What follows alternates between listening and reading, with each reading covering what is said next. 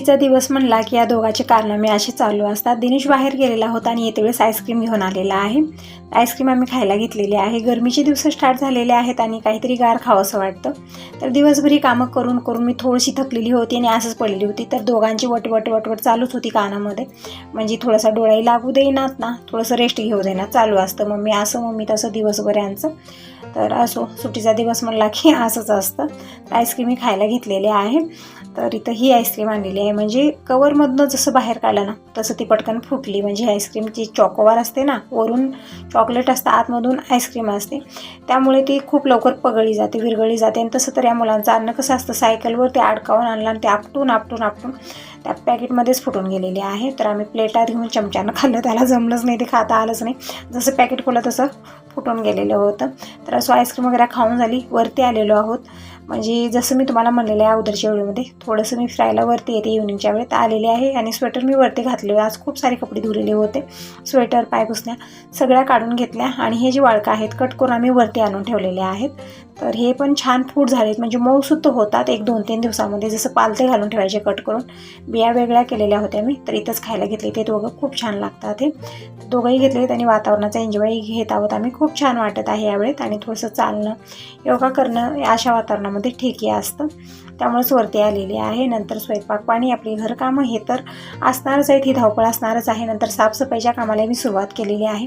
एक काढत आहे, ते पण म्हणजे सगळ्यात या काही गडबडीत आता असतीलच. म्हणजे पौर्णिमापर्यंत आपल्याला साफसफाई ही करायचीच असते.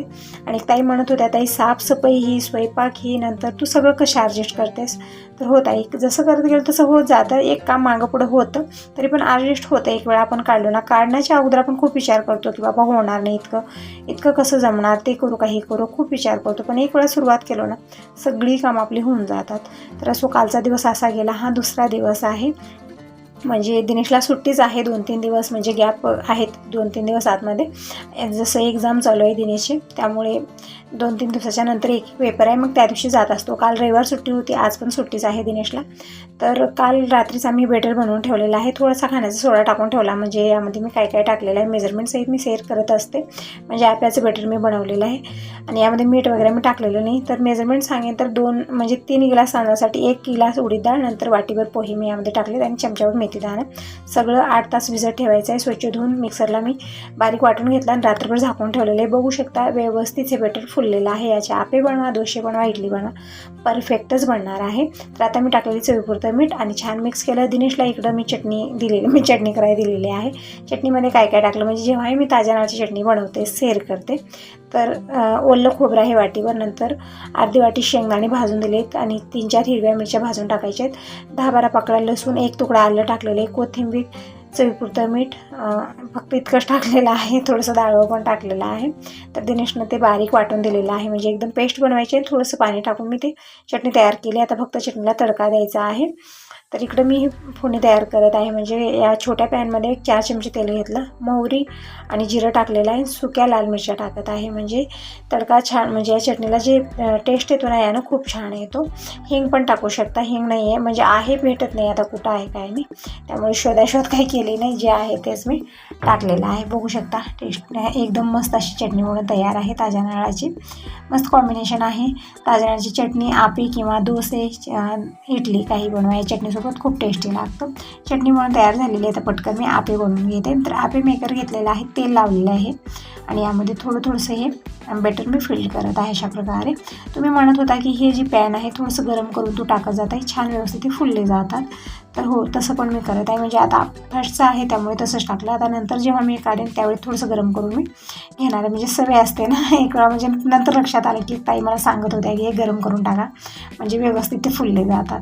तर असं 3 मिनिट मी या साईडला ठेवलेलं आहे. म्हणजे चारी बाजूला हे मेकर फिरवत आहे मी. म्हणजे आतमधलेच 3 हे छान व्यवस्थित शेकले जातात आणि साईडचे जे असतात ना ते कच्चे असतात, त्यामुळे मी सतत फिरवत असते चारी बाजूला, म्हणजे सगळे एकसारखे शेकले जातील. मग पलटून मी 3 मिनिट आणखी मी शेकून घेतलेला आहे. बघू शकता परफेक्ट आपे बनलेले आहेत. तर मॉर्निंगची ब्रेकफास्ट थाळी रेडी आहे. तुम्ही कसला वेट करता? या सगळेजण ब्रेकफास्ट करायला गरमागरम आपे आहेत, नंतर ताज्या नारळाची चटणी आहे, मस्त कॉम्बिनेशन आहे. तर अगोदर मी दीपकला दिलेला आहे. दिनेशचं आणखीन खायचं म्हणत होता मम्मी निवांत खाणार आहे. तर एक आपलं दीपक इकडं तुम्हाला तोडून दाखवत आहे. म्हणजे आतमधून बघू शकता शकता एकदम स्पंजी जाळीदार हे आपे बनवून तयार झालेले आहेत. तर आणखी बाकीचे मी बनवत आहे. बाबांचं आणखीन आवरलेलं नाही आहे. आणि दिनेशशी दूध आणा गेलेला आहे. म्हणजे सकाळी ना दोघंजण ज्या दिवशी घरी असतात त्या दिवशी दूध तू आण मी आण चालू असतं. तर दिनेशला जाऊन दूध घेऊन आला. दीपक कॉलेजला गेलेला आहे, म्हणजे दीपकला सुट्टी नव्हती, दिनेशला सुट्टी आहे. तर काय कारणाने चालू आहेत. आता एक कार्टून घेऊन बसलेला आहे. करमत नाही, काहीतरी उद्योग करत असतो, याचं आपापलं चालू असतं. तर एक कार्टून वरती ठेवलेले होते मी, असे 2-3 आहेत, घेऊन आलेले एक, आणि याचं काहीतरी करायचं आहे असं म्हणत होता. तर त्याचं कवर वगैरे काढला. नंतर जी साफसफाई मी केली त्याची पूर्ण वाट लावलेली आहे. आणखीन एक कोणाला झाडू मारावी लागेल. म्हणजे ज्या दिवशी मुलं घरी असतात ना त्या दिवशी असंच असतं, दिवसभर कचरा करत असतात, आपण झाडू मारत असतो, आणि त्या सोप्याची तर अवस्था अशी बिघडून जाते ना, ते तर व्यवस्थित राहणारच नाही. त्यावरती लोळणं, झोपणं, खाणं पिणं सगळं त्या सोप्यावरती होतं. मग तेही मी दिवसातनं 2-3 वेळा झटकून अंतरलेलं आहे. तर असो करत आहे, कारणामायाचा करू द्या. आता मी इकडे आलेले किचनमध्ये ज्यूस बनवण्यासाठी. म्हणजे गरमी चालू झालेली आहे आणि अशा गरमीमध्ये काहीतरी गार असं खावं वाटतं. आईस्क्रीम असो किंवा ज्यूस असो किंवा लिंबू पाणी सरबत, आता खूप असं प्यावं असं वाटतं गार. तर मी मला ज्यूस बनवा, फळाचं ज्यूस छानही असतं. तिकडे मी केळी घेतलेली आहे, आणि केळी खाणं गरजेचंही आहे. पण केळी मी अशीच खात नाही, ज्यूस वगैरे बनवलं तर खाते, म्हणजे ज्यूस पिते केळीचं, पण अशीच केळी खायला अजिबात आवडत नाही मला, त्यामुळे ज्यूसच बनवत आहे. तर इकडं मी हे खरबूज घेतलेले आहे, अर्ध बिया वेगळ्या केलेल्या आहेत, आणि खरबूज सोप्या पद्धतीनं कट करण्याची मी इथं पद्धत दाखवत आहे. तर अशा प्रकारे मी म्हणजे वेगळं केलेले साल वगैरे जशाल तशीच आहे, फक्त मी आतमधून चिऱ्या पाडून घेतल्या, आणि अशा प्रकारे याच्या फोडे आपल्याला काढून घ्यायचे आहेत.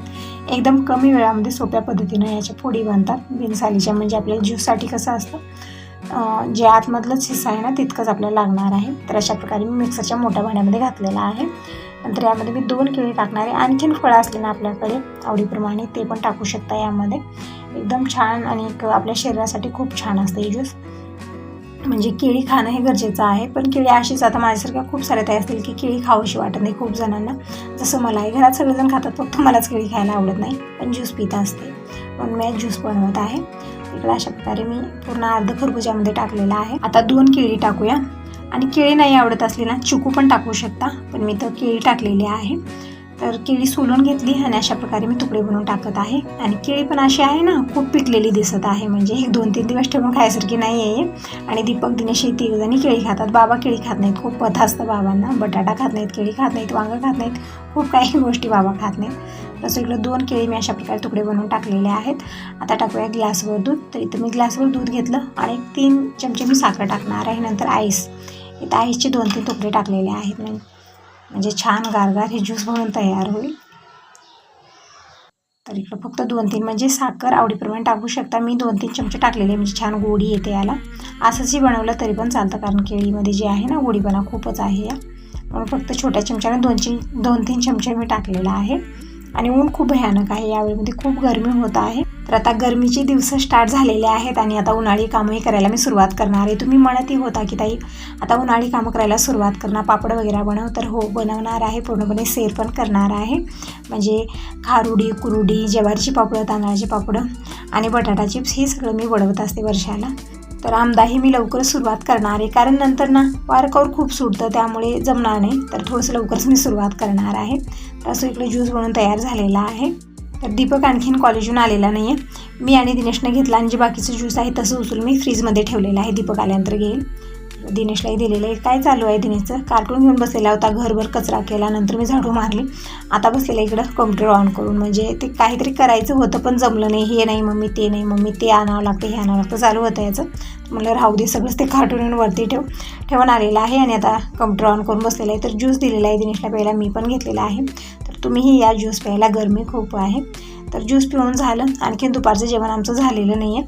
तर दुपारच्या जेवणामध्ये मी खिचडी बनवत आहे, म्हणजे पुलाव. म्हणजे खिचडी म्हणजे कशी असते, मूग डाळ वगैरे टाकून थोडीशी अशी बनवतो, पण थोडीशी चिकटपणा असतो, पण मी तसं बनवत नाही, पुलाव बनवते.